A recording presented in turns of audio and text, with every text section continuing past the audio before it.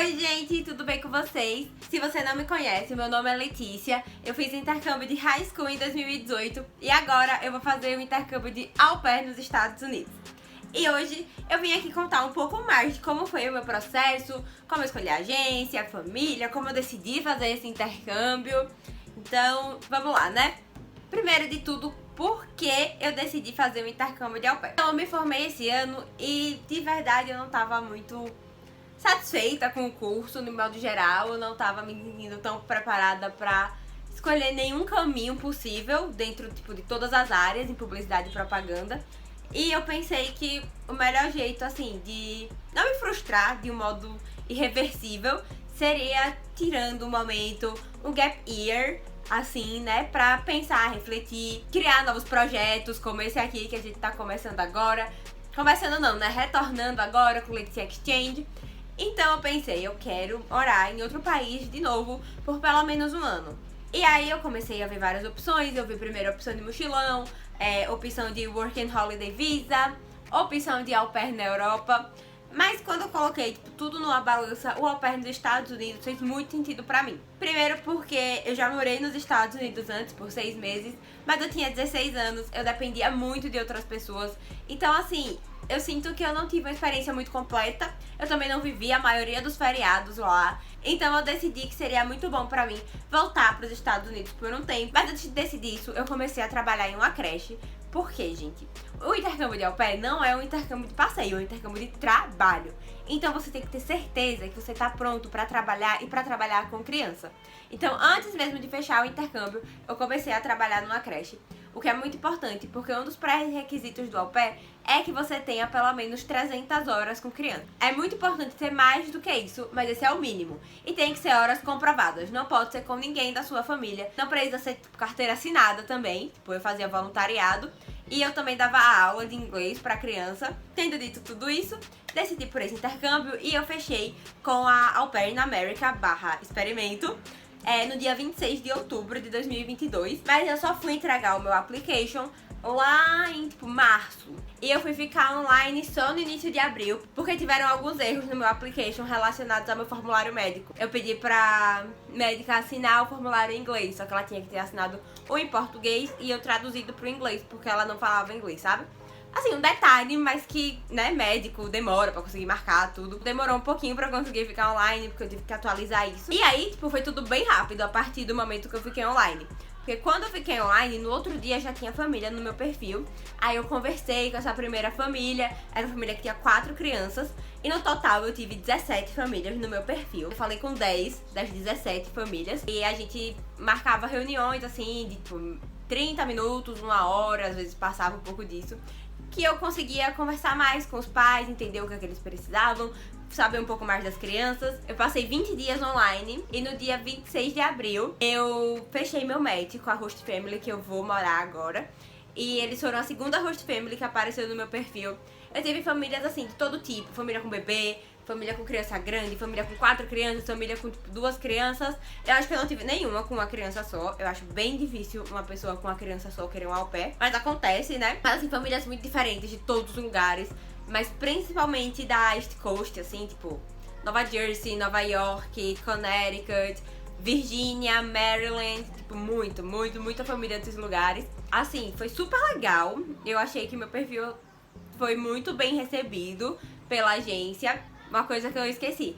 Entre a entrega do meu application e meu application ser aprovado, eu também fiz a entrevista com a agência, que você tem uma entrevista em inglês com alguém da agência pra eles comprovarem que você tem um nível pelo menos básico de inglês. E eu também fiz a prova do ITEP. Como eu estudei inglês muito tempo, foi bem fácil pra mim, mas eu posso gravar um vídeo ajudando vocês também a se preparar. Eu fiz simulado pro ITEP e tudo pra ter certeza que, eu ia atingir meu objetivo, que era ter a nota máxima, e eu consegui. Foi muito importante pra mim, foi muito importante também pro meu perfil, pra, atrair mais famílias. Então, se vocês quiserem, podem comentar que eu faço esse vídeo ajudando a explicar um pouco mais sobre o ITEP, como se preparar. Mas aí, voltando, eu fechei com a segunda família que apareceu no meu perfil, mas eu falei com 10 de 17, então assim, né? Não fechei logo de cara. A gente teve pelo menos umas 3 conversas antes de eu decidir alguma coisa. E assim, essa família foi incrível pra mim, porque eles preenchiam todos os meus pré-requisitos. E aí eu vou contar pra vocês quais foram os meus pré-requisitos, que eu acho muito importante você já definir isso mesmo antes do seu application estar aprovado, qualquer coisa. É muito importante você saber o que é que você quer, pra fugir das famílias que não vão ser boas pra você. Porque assim, as pessoas são super legais nas entrevistas. É todo mundo muito simpático, então fica confuso, fica muito difícil de decidir. E aí, meus pré-requisitos, por exemplo, eram... eu queria ganhar mais do que o mínimo, porque outras agências, como a Au Pair Care, elas já pagam um mínimo que é maior. Tipo, na Au Pair Care, o mínimo é 215. E na Appia, que é a Au Pair in America, que é a agência que eu fechei, é 195,75 o mínimo. Então eu achei que assim, né, era de bom tom eu querer o mínimo mais parecido com o da Au Pair Care, porque é mais alinhado com a situação econômica até dos Estados Unidos hoje em dia, que também passa por uma crise e tudo. Enfim, eu achava que isso era interessante. Eu queria que uma família que pagasse pelo menos $200 por mês. Eu também precisava muito que as crianças fossem pra escola, porque eu já tinha a ideia de que eu queria produzir conteúdo pra vocês, gravar vídeo, então eu precisava de algumas horas do dia sozinha, né, pra conseguir dar tração pra esse projeto. Então pra mim era muito importante que eles fossem pra escola, e minhas crianças vão pra escola. E também, eu não queria muita criança assim. Tipo, a primeira família de 4 crianças, nossa, eles me encantaram de primeira. Mas aí, algumas coisas me fizeram recusar, mas eu percebi que 4 crianças era criança demais pra mim. E aí, no meu caso, eu só vou cuidar de 2 crianças, e eu também cuido do cachorro. Que aí nos leva pra questão dos pets. Pra mim, não tinha como ter gato. Eu amo gato, acho a coisa mais linda do mundo, mas eu tenho muita alergia. Então, assim, não tinha como eu conviver numa casa com gatos. Então, assim, né, isso aí já era um pré-requisito. Família com gato, eu já tinha que recusar, mesmo que parecesse excelente. E o meu próximo pré-requisito eram os finais de semana off. Não consigo trabalhar sábado e domingo assim, tipo, consegue, né? Mas assim, eu não queria trabalhar sábado e domingo, porque o au pair, pra mim, nesse momento, o meu objetivo é viver bem os Estados Unidos, aproveitar as coisas que o país tem a oferecer. E se eu ficasse trabalhando no final de semana, ia ser um pouquinho mais difícil.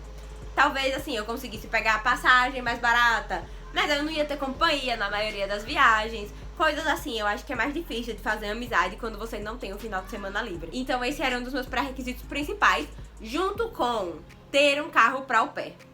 Não dá pra viver nos Estados Unidos sem carro. Só se você morar numa cidade muito grande, muito no centro, que é difícil também, é muito difícil, tipo, uma pessoa querer criar os filhos numa cidade tão grande, tipo, no meio de Manhattan.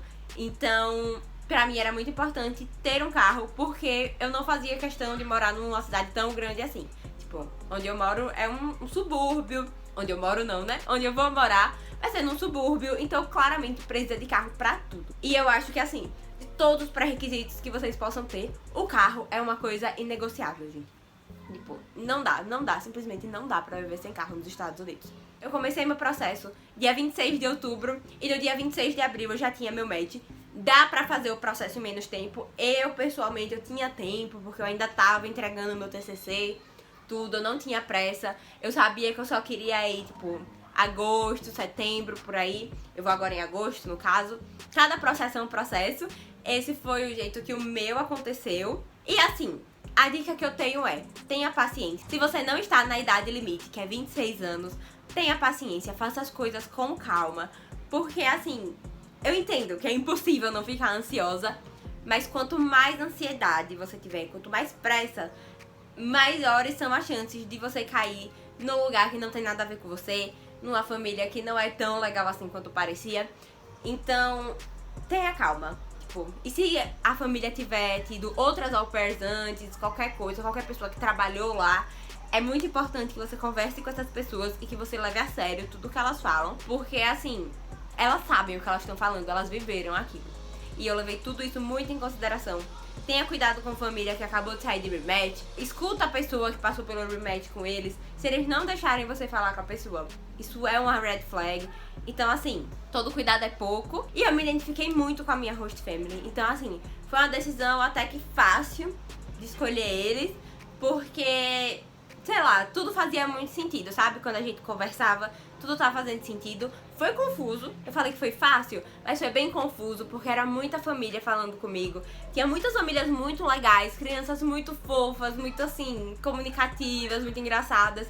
Mas, ao mesmo tempo, essa família realmente, eles me davam todos os benefícios. Eles me pediram um match já na segunda conversa. A gente conversou umas 3 vezes, eu acho, por vídeo. E falava quase todo dia por e-mail também, tipo, fazendo pergunta, ela me mandando atualizações. Ela me mandou o contato de 2 au pairs passadas que ela teve, tipo, a que tava lá na casa dela ainda.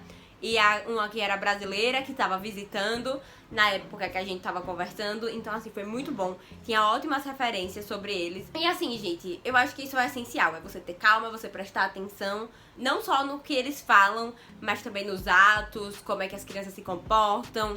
Tudo isso é muito importante de prestar atenção, porque assim, os detalhes contam muito quando você tá lá. Eu não tenho necessariamente experiência de au pair, mas é o que eu sempre escuto as meninas falando. E eu vivi um pouco disso também no high school, que independente de como é sua relação no online, quando você chega na casa da pessoa, às vezes é um pouquinho mais difícil, às vezes um pouquinho mais fácil. Então depende muito, né? No geral, essa foi a minha experiência. Eu vou cuidar de 2 crianças nesse intercâmbio. A minha família não é americana, apesar de eu ir morar nos Estados Unidos. Eles são do Reino Unido, então é uma experiência até um pouquinho diferente do geral, né? Porque é mais uma cultura ali envolvida. Tem o Brasil, os Estados Unidos e o Reino Unido envolvidos num ambiente só, querendo ou não. E é isso, gente. Muito obrigada por terem assistido. Se você tá aqui porque você quer ser au pair, eu desejo toda a sorte do mundo no seu processo. Espero que você tenha um application assim que bombe, que vai arrasar muito, que muitas famílias vão chegar pra você. Um beijo, gente. Obrigada por terem assistido e até a próxima. Tchau!